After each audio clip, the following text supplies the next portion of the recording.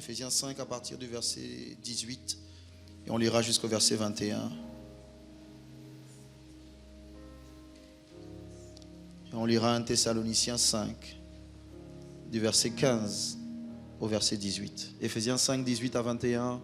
1 Thessaloniciens 5, si je ne m'abuse.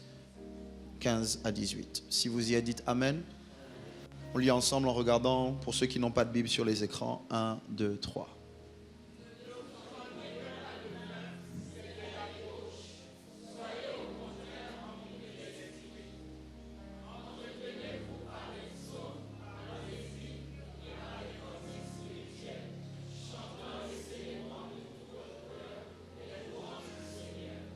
Rendez continuellement grâce pour toutes choses à Dieu le Père, au nom de notre Seigneur Jésus-Christ, vous soumettant les uns aux autres dans la crainte de Christ.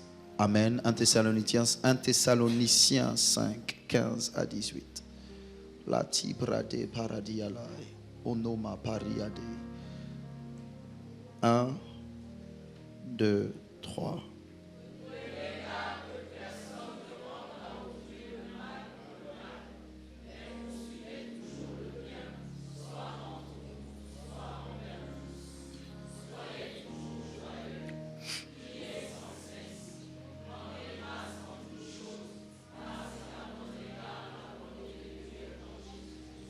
Que Dieu bénisse sa parole.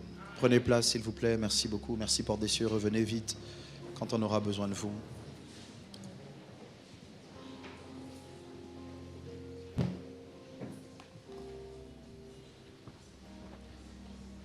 J'ai le projet ce matin de vous parler, si je dois donner une pensée à l'homélie de ce jour, c'est rendre grâce. Rendre grâce ou rendons grâce, mais rendre grâce, c'est le verbe.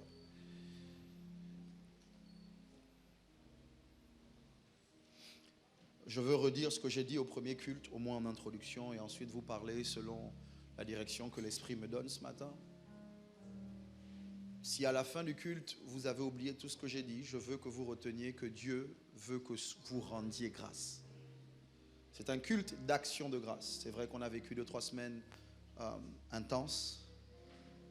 C'est un culte d'action de grâce. Je veux redire des choses qui me paraissent importantes, mais que vous savez certainement. Pour vous, c'est une sécurité. Pour moi, c'est important parce que ça me permet de m'assurer qu'on a la même pensée à ce sujet. Vous ne pouvez pas être plus fort à l'extérieur que vous ne l'êtes à l'intérieur. Je vais redire ça. Vous ne pouvez pas être à l'extérieur ce que vous n'êtes pas à l'intérieur. Beaucoup de gens mettent beaucoup plus d'énergie à développer ce qui est extérieur que ce qui est interne ou intérieur. Vous dépensez votre énergie sur le travail, sur les vêtements, sur les véhicules. Vous vous battez pour avoir des choses, alors que Dieu souhaite que vous vous battiez pour être quelqu'un. Dieu n'a pas créé des fers humains, F-A-I-R-E.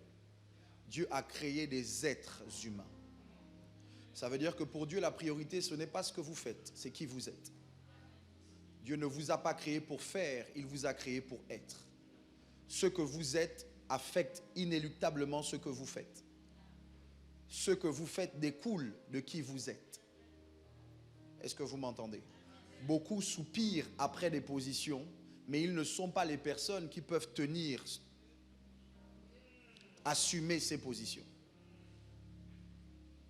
Si tout de suite on vous nomme ministre, plusieurs d'entre vous, vous ne tiendrez pas une semaine.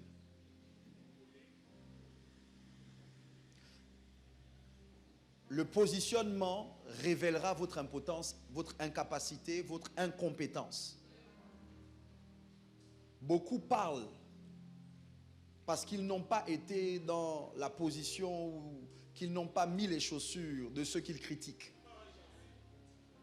Quand nous étions plus jeunes et que nous étions enfants, les enfants de nos parents, nous critiquions l'éducation de nos parents parce que nous n'avions pas d'enfants. Aujourd'hui, vous qui avez des enfants, vous vous rendez compte qu'être parent est beaucoup plus difficile que ce que vous pensiez. Que ceux qui ont des enfants disent Amen. Beaucoup plus facile de critiquer quand tu n'es pas. Parce que tu n'es pas ou tu n'as pas la responsabilité que ceux que tu critiques ont. Tout le monde ne peut pas être un premier. Il y en a, Dieu vous a créé pour être des seconds. Je sais que c'est dérangeant. Dans un domaine, tout le monde ne peut pas être l'évêque général. Tout le monde ne devrait même pas aspirer à être l'évêque général. Quand vous êtes en second, vous n'encaissez pas les coups du premier. Vous ne ressentez pas la pression du premier. Je sais que, mesdames, vous avez le sentiment que vous seriez un meilleur chef de famille que votre homme. Je sais. Mais ce n'est pas vrai. Dieu n'a pas fait d'erreur quand il a dit qu'il faut que l'homme soit le chef de la femme ou de sa femme. Il aurait pu dire il faut que la femme soit le chef de son homme. Ça sonne bizarre. Je sais. Mais ça sonne bizarre parce que Dieu ne l'a pas dit. Si Dieu l'avait dit, ce ne serait pas bizarre. J'insiste sur ces points-là parce que je veux que vous traitiez dans votre cœur la pensée selon laquelle quand vous aurez, vous serez. Je veux que vous éradiquiez cette pensée de votre être. Parce que cette pensée vous emmène dans l'ingratitude. Je n'ai pas, je n'ai pas, je n'ai pas. Pourquoi elle a? Pourquoi il a? Pourquoi elle? Pourquoi pas moi? Pourquoi lui? Pourquoi pas moi? Qu'est-ce que j'ai fait à Dieu pour mériter ça? Tu es focalisé sur l'avoir. J'ai découvert que l'être est affecté par l'éducation. Je vais dire ça différemment. Je vais essayer de parler plus simplement. L'éducation qu'on nous donne en grandissant affecte profondément qui on devient. Et j'ai compris que l'un des problèmes que j'ai en tant qu'homme de Dieu, homme d'église, aujourd'hui évêque, c'est que lorsque je vous présente l'évangile, l'évangile se heurte à votre éducation. Je me rends bien compte qu'il y a des problèmes que certaines personnes n'ont pas dans la spiritualité à cause de leur éducation. Un exemple. Merci. Normalement, c'est l'éducation de base que les parents donnent à leurs enfants qui justifie que dans la société, en grandissant, ils ne prennent pas les choses pour acquis. Ils apprennent à dire merci. Même si on leur rend un service ou on leur donne leur dû, ils ont dans la bouche la gratitude.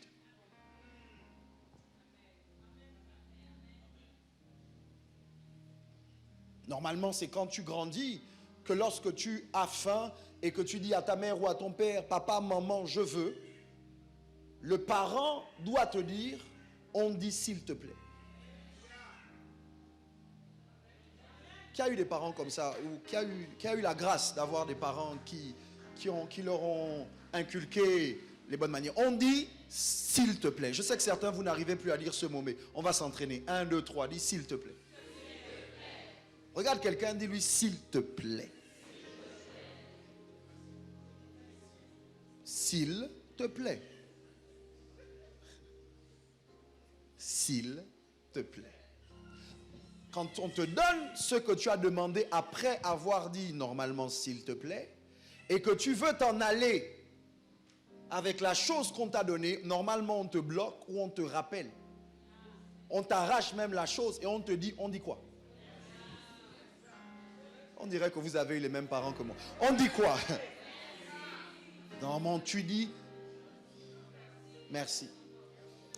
Une de mes tantes, il y a quelques années, j'étais ado, j'étais post-ado, pré-ado. Je devais avoir 12 ans.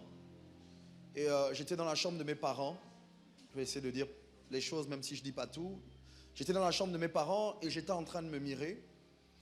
Parce que très tôt, j'ai eu conscience du fait que je savais m'habiller. Tout seul. Donc j'étais devant le miroir et j'étais en train de regarder le chef-d'œuvre que j'avais concocté moi-même. pendant que je suis là en train de me regarder, ma tante arrive dans la chambre et me regarde devant le miroir. Elle dit, Michel, tu es beau. Je me suis retourné, j'ai dit, je sais. Authentique, histoire vraie. Ma tante a pété un câble. Ma tante m'a dit, tu es impoli, on ne dit pas ça. Comment on te dit, tu es beau, et puis tu dis, tu sais. On dit. Et j'étais jeune, j'ai trouvé ça bizarre. Je me suis dit, mais si tu me dis quelque chose que je sais déjà. En fait, mais j'ai découvert que, plus tard, j'ai réalisé que c'était de la bienséance. Et que savoir dire merci ne veut pas dire qu'on t'informe sur quelque chose, mais qu'on te dit peut-être ce que tu sais déjà. Mais le fait que quelqu'un prenne son temps pour te le dire. Parfois, tu ne dis pas merci pour le compliment, mais tu dis merci parce que la personne l'a remarqué. Ou tu dis merci parce que la personne a pris de son temps pour te le dire. Donc, en réalité, la gratitude vient du regard que tu as sur toi, que tu as sur les autres, mais aussi et surtout que tu as sur Dieu. C'est le texte que j'ai lu avec vous, sur lesquels je veux m'appuyer courtement pour vous parler, disent des choses qui semblent similaires, mais qui ne le sont pas.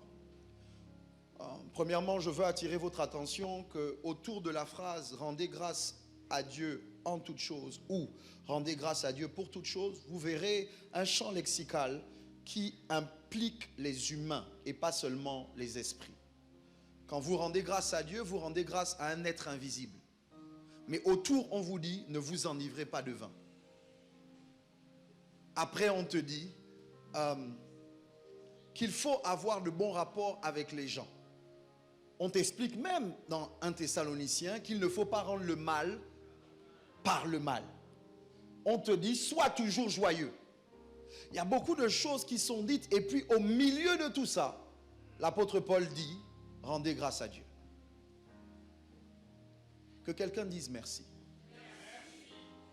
J'ai dit au premier culte ceci et je le redis. Il ne faut pas que le volume de ta reconnaissance soit plus faible que le volume de tes requêtes.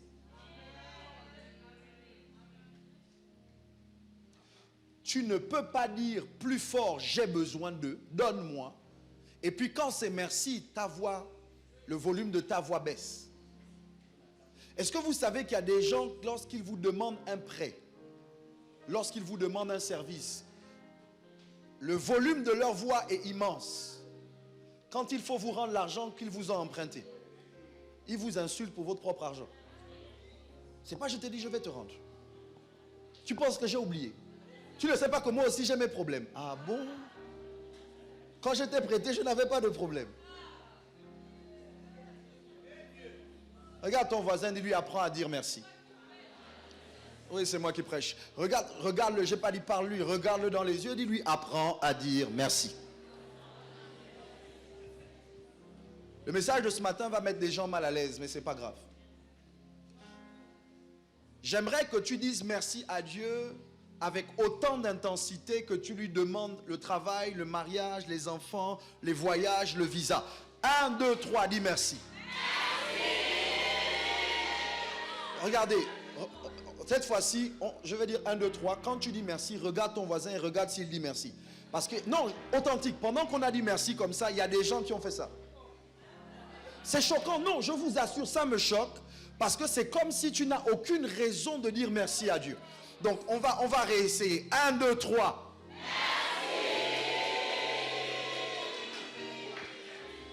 Merci. Mais, tonton Christian, regarde.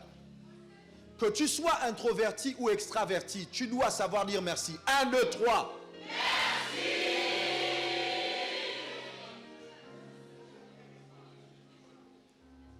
Rendez grâce à Dieu en toutes choses. Normalement, on doit dire merci à Dieu, je commence, pour la vie. Pour ceux qui suivent les faits divers, vous savez qu'au PK8, il y a eu un accident, un éboulement de terre où il y a, je crois, 8 personnes d'une même famille qui sont décédées le même jour. On dit qu'ils sont 13, sur les 13, il y a 8 qui sont morts. Parmi les 8, il y avait des enfants qui certainement étaient innocents, n'avaient rien fait de mal, si ce n'est peut-être un mensonge à gauche et à droite, en tout cas pas pire que ce que tu as fait. mais en réalité, ils sont partis. Qu'est-ce que ça veut dire? Ça veut dire la vie ne répond pas au mérite. Vous allez vous rendre compte que parfois, les plus méchants vivent plus longtemps que les plus gentils. Que parfois, les meilleurs partent plus vite. Et que les vrais diables restent plus longtemps. C'est bizarre parce que finalement, on achète la vie nulle part. Donc j'aimerais que quelqu'un qui a le souffle de vie dans ses poumons prenne 30 secondes et dise merci à Dieu pour la vie. Le merci de ton voisin me dérange. Le merci de ta voisine me dérange. Si ce matin tu t'es réveillé et que tu es encore en vie, si aujourd'hui tu n'as pas eu d'accident en venant à l'église, si tu n'as pas eu de mauvaises nouvelles en te levant le matin, si tu t'es rendu compte que ton père, ton frère, ta soeur, ton cousin, ta cousine, tes enfants sont encore là, j'aimerais que tu prennes 30 secondes pour dire merci à Dieu. Que quelqu'un m'aide à faire preuve de gratitude ce matin.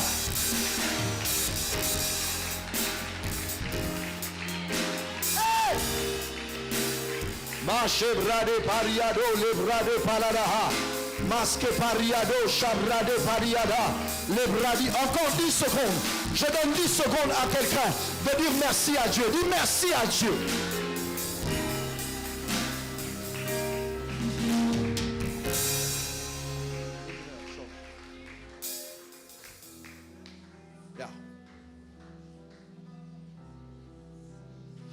Comment fait-on pour dire merci en toutes choses? En toutes choses veut dire au milieu de toutes choses. Ça veut dire que ma reconnaissance ne doit pas dépendre de ce que je traverse. Ma reconnaissance doit dépendre de celui que je connais. Ok. Quand je marche dans la vallée de l'ombre de la mort, je ne crains aucun mal, pas parce que la vallée ne me fait pas peur, pas parce qu'il n'y a pas d'ombre de mort, mais parce que tu es avec moi. Comment tu fais pour dire merci à Dieu dans l'abondance comme dans la disette? Parce que ton merci ne dépend pas de ce que tu vis. Ton merci dépend de celui avec qui tu le vis. Ça veut dire qu'en réalité, tu ne dis pas merci parce que la situation ne te fait pas peur. Tu dis merci parce que tu le connais. Oh, que Dieu m'aide. En pleine promotion, merci Seigneur. En plein licenciement, merci Seigneur. Pourquoi? Parce que tu connais le Dieu auquel tu appartiens. Et tu crois que s'il permet que tu traverses quelque chose, c'est que cette chose n'a pas le pouvoir de te tuer. C'est que tu sais que cette chose n'a pas le pouvoir de t'enterrer. La Bible dit aucune tentation ne vous est survenue qui n'ait été humaine. Et lorsque vous êtes tenté, Dieu ne permet pas que vous soyez tenté au-delà de vos... Mais parce qu'il est fidèle et juste, il a prévu pour vous le moyen d'en sortir. Qu'est-ce que tu dis, évêque? Je dis que ce que tu traverses n'est pas plus fort que toi. Aide-moi à parler à quelqu'un à côté de toi. Dis-lui, ce que tu traverses n'est pas plus fort que toi. Si tu me suis en ligne, écris en grand caractère, ce que je traverse n'est pas plus fort que moi. Claudia. Paradi palada. Aïe, aïe, aïe, aïe. On marche ensemble. On rencontre des braqueurs. La présence de Claude à mes côtés me rassure parce que je sais que s'il s'attaque à moi, il s'attaque à nous. Je le connais. Je sais que si on m'attaque, il ne va pas rester sans réagir. Les braqueurs me font peur, mais je trouve de l'assurance dans le fait que je ne sois pas seul. En réalité, je me réjouis de sa présence, pas juste quand quelqu'un vient nous déposer des voitures, des clés de nouvelles voitures, mais parce que je sais que face à l'adversité, je ne suis pas. Le problème de plusieurs d'entre vous, c'est que en toute chose, vous n'arrivez pas à être reconnaissant parce que vous avez les yeux sur ce que vous traversez au lieu d'avoir les yeux sur qui est avec vous quand vous traversez ce que vous traversez. Shadrach, Meshach et Abednego sont jetés dans la fournaise ardente. Une attitude des plus bizarres. Ô roi, on te respecte. Tu es grand. vit éternellement. Mais cette statue, nous ne l'adorerons pas. Nebuchadnezzar dit, je verrai quel est le Dieu qui va vous délivrer de ma main. Ils disent, notre Dieu peut. Et il va nous délivrer de ta main. Sinon, même s'il ne le fait pas, nous ne nous prosternerons pas pour adorer cette statue. Oh, vous ne m'entendez pas. Les braqueurs arrivent. Claude et moi, on se défend. Si on nous tue, on est morts ensemble. Claude ne laissera pas qu'il me tape et qu'il me tue. On mourra ensemble. Non, écoutez, c'est majeur ce que je vous dis. Pas parce que on est fort, pas parce que, mais parce que je le connais. Je le connais. Oh, Librade Paha. Je le connais. Je ne suis jamais seul. Le licenciement, je ne le traverse pas seul. La maladie, je ne la traverse pas seul. Le deuil, je ne le traverse pas seul. Dieu est avec moi au milieu de la fournaise. Et soit on vit tous les deux, soit on meurt tous les deux. J'aimerais que tu partes à ta place. J'aimerais dire à quelqu'un que soit Dieu te préserve, soit il va dans la tombe avec toi.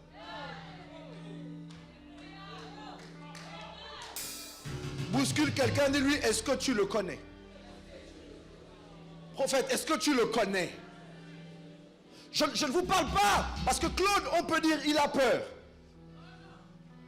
Claude, on peut dire, il a peur. Le braqueur arrive. Claude tourne, il me laisse. Je dis, Claude, non, mon frère, Claude. Lui-même, il dit, jamais je suis vaincu. On dit à son évêque, je suis vaincu. Mais je connais un Dieu qui a dit, jamais je ne t'abandonnerai. Jamais je ne te délaisserai. Oh, je dis, tu passes par les eaux ne te submergeront pas. Tu traverses le feu ne te consumera pas.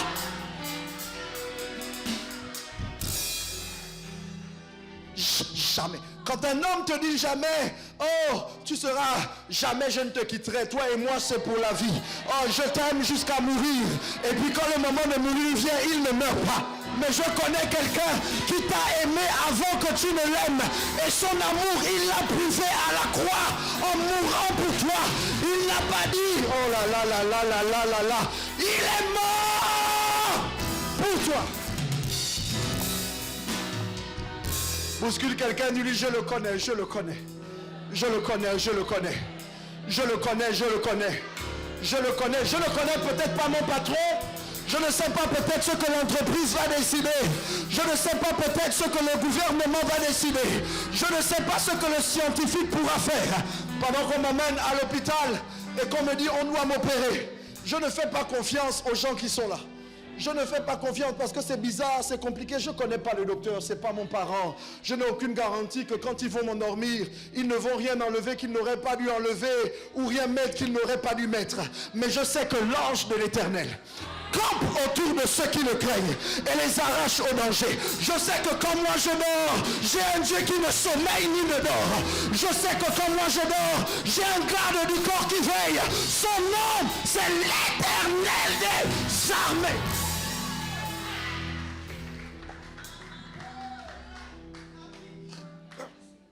Philippiens 4:6 dit, ne vous inquiétez de rien. Mais en toute chose, faites connaître à Dieu vos besoins par des prières, des supplications et des actions de grâce. Comment on règle le problème de l'inquiétude? Je ne veux pas parler de la prière, mais je veux que vous compreniez que si vous êtes encore inquiet, c'est parce que vous n'avez pas encore prié. Je ne parle pas de la prière où tu te plains. Je parle de la prière où tu dis à Dieu, Seigneur, voici mes besoins. Écoutez, la prière, ce n'est pas pour Dieu, la prière, c'est pour vous. Parce qu'avant même que vous n'ouvriez la bouche, Dieu sait ce que vous allez dire.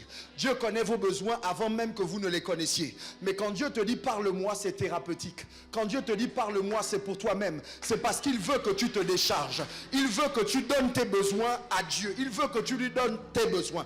Donc, Par exemple, cette semaine, tu as une échéance. Tu es conscient que tu as besoin d'un miracle. Tu as besoin que Dieu fasse quelque chose. Tu ne sais pas comment ça va se faire. Comment on prie? Éternel des armées, papa. Non, éternel des armées, parfois c'est long. Papa, papa.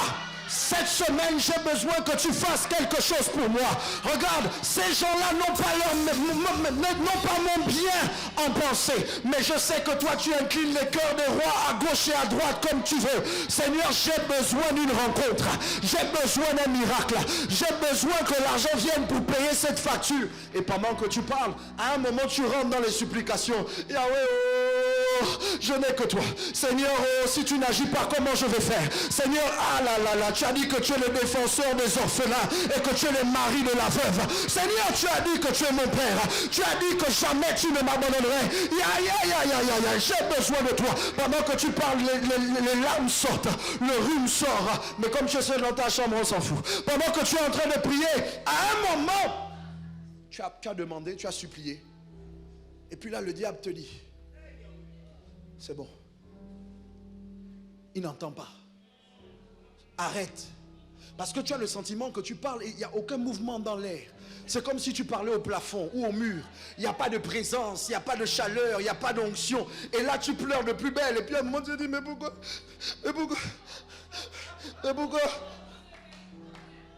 Et là, l'apôtre Paul te regarde et il dit, tu as bien commencé, ne t'arrête pas à la supplication. Ne t'arrête pas à la supplication, sinon tu vas ressortir avec l'inquiétude. Ne t'arrête pas à la supplication. Et là, tu entends le Saint-Esprit qui met un chant de louange dans ton cœur. Tu entends comment le Saint-Esprit t'emmène à dire merci. Et tu te dis, non, je ne veux pas dire merci. Mais c'est parce que tu ne comprends pas que quand tu dis merci, c'est le moment où Dieu prend le problème en main.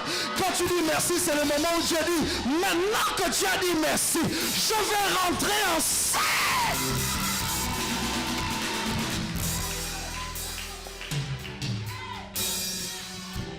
J'appelle Claude.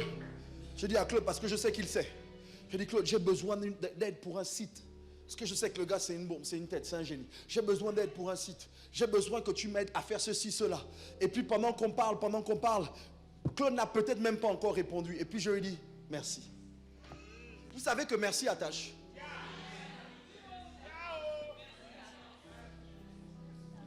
Tu appelles quelqu'un, tu dis vraiment, Tantine, là, il y a une facture d'école à payer. Je ne sais pas quels sont tes défis, mais je te dis déjà merci d'avance parce que je sais que tu vas régler le problème. Je t'aime, prends soin de toi. Dès que tu as l'argent, envoie simplement, ok, je vais aller directement payer l'école. Ok, bisous, bye bye, clac. Le fardeau n'est plus sur toi, c'est elle qui va essayer de te rappeler pour te dire, oh, je ne peux pas, tu ne décroches pas. Tu dis, Tantine, j'ai laissé le problème dans tes mains. Mais si tu peux faire ça avec un oncle, avec une tante, combien plus avec celui à qui appartient l'or et l'argent, celui qui est le créateur du ciel et de la terre. J'aimerais que pendant 60 secondes, quelqu'un présente ses besoins à Dieu et que tu termines avec merci. Ouvre ta bouche et prie, même si ton voisin ne prie pas. Même si ta voisine ne prie pas, vous n'avez pas les mêmes problèmes, vous n'avez pas les mêmes besoins, vous n'avez pas les mêmes défis. Que quelqu'un rentre dans un...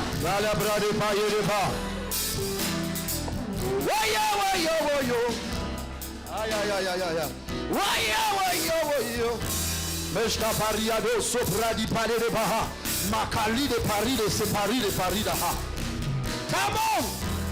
Je donne encore 30 secondes à quelqu'un. Qu'est-ce que je dis? 15 secondes. My God, my God, my God. Merci, merci, merci. Lève tes mains et dis-lui merci. Prosterne-toi et dis-lui merci. Souris et dis-lui merci. Acclame et dis-lui merci. Rentre dans la gratitude. Comment? En toutes choses, merci. En toutes choses, merci. En toutes choses, merci. Dans l'abondance comme dans la disette, merci. Marié ou célibataire, merci. Où sont les gens qui sont... Oh, merci, merci, merci, merci, merci. Merci, oh. Merci, merci, merci, merci, oh. Ah, merci, oh. Merci, merci, merci, merci, oh. Ah, merci, oh. Merci, merci, merci, merci, oh. Come on! Merci, oh. Merci, merci, merci, merci, oh. Ya, ya, ya. Merci. Merci, merci, merci, merci. Merci, merci. Asseyez-vous 30 secondes, je termine. Aïe. Ça, c'est rendre grâce à Dieu en toutes choses. Au milieu du feu, merci. Au milieu de l'eau, merci. Dans la vallée de l'ombre de la mort, merci. Pourquoi? Parce que je le connais. Mais il y a un autre merci qui est beaucoup plus difficile. C'est merci pour toutes choses. En toutes choses, c'est au milieu de. Pour toutes choses, c'est parce que tu viens de recevoir quelque chose et tu dis merci. Et c'est ce merci qui n'est pas simple, parce que c'est facile de dire merci. Si tout de suite, je vous signe un chèque d'1 million de francs CFA, quelle est votre réaction? Il y en a, je ne peux pas vous donner 1 million. Vos visages ne m'intéressent même pas un peu. Comment vous me traitez? C'est-à-dire, si hypothétiquement je te donne 1 million, c'est-à-dire que regarde comment tu fais. Merci. Ah, je ne te donne pas. Suivez. Oui, voilà, voilà. Là, vous suivez. Maintenant, suivez-moi. Juste parce que je veux que vous compreniez, la gratitude crée la multiplication. Quand vous dites merci, vous donnez envie à la personne qui vous a fait du bien de vous refaire du bien.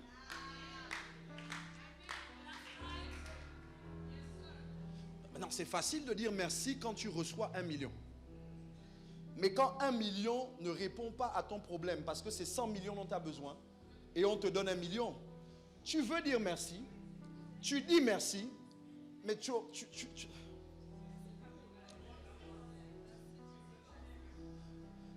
peux pas un peu pousser? Ça c'est le début, hein, c'est pour commencer. Hein. Ah, merci. Jésus se retrouve devant une foule, plus de 5000 personnes. Il a 5 pains et 2 poissons. C'est rien comparé à la foule qu'il doit nourrir. Et Jésus fait ce que vous ne faites pas. Jésus prend les 5 pains et les 2 poissons. La Bible dit qu'il lève les yeux. Et puis il rend grâce. Merci. Je découvre qu'au moment où il dit merci, la suite, c'est qu'il coupe le pain et le pain se multiplie. Si tu es capable de dire merci à Dieu pour 10 000 quand tu as besoin de 100 000,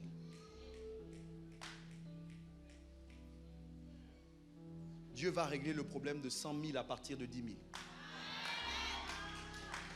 Je vais vous aider. J'atterris.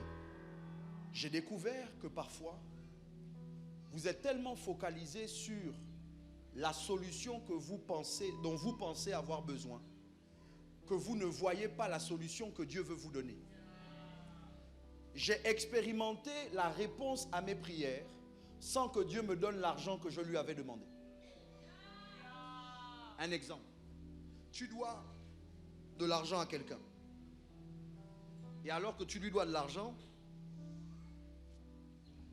la personne finalement t'appelle et te dit, tu sais, tu me devais. Mais Dieu a touché mon cœur. Je te fais une lettre pour dire qu'à partir d'aujourd'hui, tu ne me dois plus. Tu n'as pas eu d'argent, mais tu as eu la solution. Comment tu te comportes quand tu as la lettre? Oh Seigneur, je voulais l'argent. Est-ce que Dieu est capable de vous donner une maison sans argent?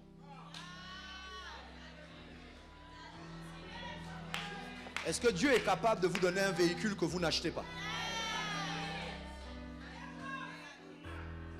Certains, vous voulez la promotion et Dieu vous change de travail. Parce que vous vous dites, non, mais c'est là où je dois être. Mais tu ne vois pas où Dieu veut t'emmener. Parce que tu es tellement au contrôle de tout. Rendre grâce à Dieu pour toutes choses, et je termine. Pour pouvoir dire merci à Dieu alors que tu viens d'avoir un verdict médical contraire à ce que tu espérais. Pour pouvoir dire merci à Dieu alors que tu viens d'apprendre une nouvelle qui te déchire le cœur. Ce n'est pas parce que tu es content de la nouvelle. Mais c'est parce que tu crois. Toutes choses concourent au bien de ceux qui aiment Dieu et de ceux qui sont appelés selon son dessein. Parfois, on ne dit pas merci au moment où on a la nouvelle. Mais si on ne trouve pas la force de se refixer sur Dieu pour dire Seigneur, je te fais confiance. Je ne maîtrise pas tout. C'est douloureux, c'est difficile. Mais Seigneur, le diable ne me déshabillera pas de mon vêtement de gratitude. Mon cœur ne deviendra pas aigri. L'antidote à l'aigreur, c'est la gratitude. L'antidote à l'amertume, c'est la gratitude. 2 minutes. De toute façon, j'ai fini, je m'arrête là. Ça ne sert à rien que je dise plus. Voici ce que je vous demande de faire cette semaine. Premièrement, à partir de ce soir, au moins jusqu'à la fin de la semaine prochaine, donc de dimanche à dimanche, que Dieu soit la première personne à qui vous parliez et qu'il soit la dernière à qui vous parliez. Quand vous vous levez le matin, avant toute chose, dites-lui merci. Quand vous vous couchez le soir, après toute chose, dites-lui merci. Vous pouvez faire ça? Si vous le faites de manière récurrente, vous allez voir que vous allez avoir d'autres témoignages. Deuxième chose que je veux vous dire, c'est que le texte dit rendez grâce à Dieu. Éphésiens 4:6, Philippiens 4:6 plutôt dit avec des actions de grâce. Une action est différente juste d'un discours. Et c'est là où je m'arrête. Je vous demande durant la semaine d'identifier au moins 3 personnes, sinon une personne par jour, à qui vous allez dire merci. Vous avez dit merci à Dieu, dites merci à des humains. Des gens qui vous ont fait du bien. Des gens qui ont été là pour vous dans les moments difficiles. Dites-leur merci. Maintenant, comment vous dites merci? Il y a les mots, mais il y a aussi les actions. Envoyez des unités. Si c'est un parent, si c'est quelqu'un, allez rendre visite, passez du temps avec la personne. Parce que parfois, la personne ne veut pas juste votre présent, elle veut votre présence. On est là? Le plus important, ce n'est pas de dire merci comme vous sentez, mais c'est que votre merci touche le cœur de la personne à qui vous dites merci. 3 à 7 personnes. Si c'est 3, c'est bien, c'est le minimum. Si c'est 7, c'est bien, c'est le maxi. Une personne par jour. Ça va prendre un message, ça va prendre un appel, ça va prendre un déplacement, ça va prendre un cadeau. Ce n'est pas parce que tu n'as pas d'argent que tu es ingrat. C'est parce que tu n'as pas de cœur. Ce n'est pas l'absence d'argent qui provoque la gratitude. C'est l'absence de cœur. Tu peux ne pas avoir d'argent et trouver d'autres moyens de manifester ta reconnaissance. Mais quand tu n'as pas de cœur, même avec l'argent, tu es mauvais. Levons-nous s'il vous plaît.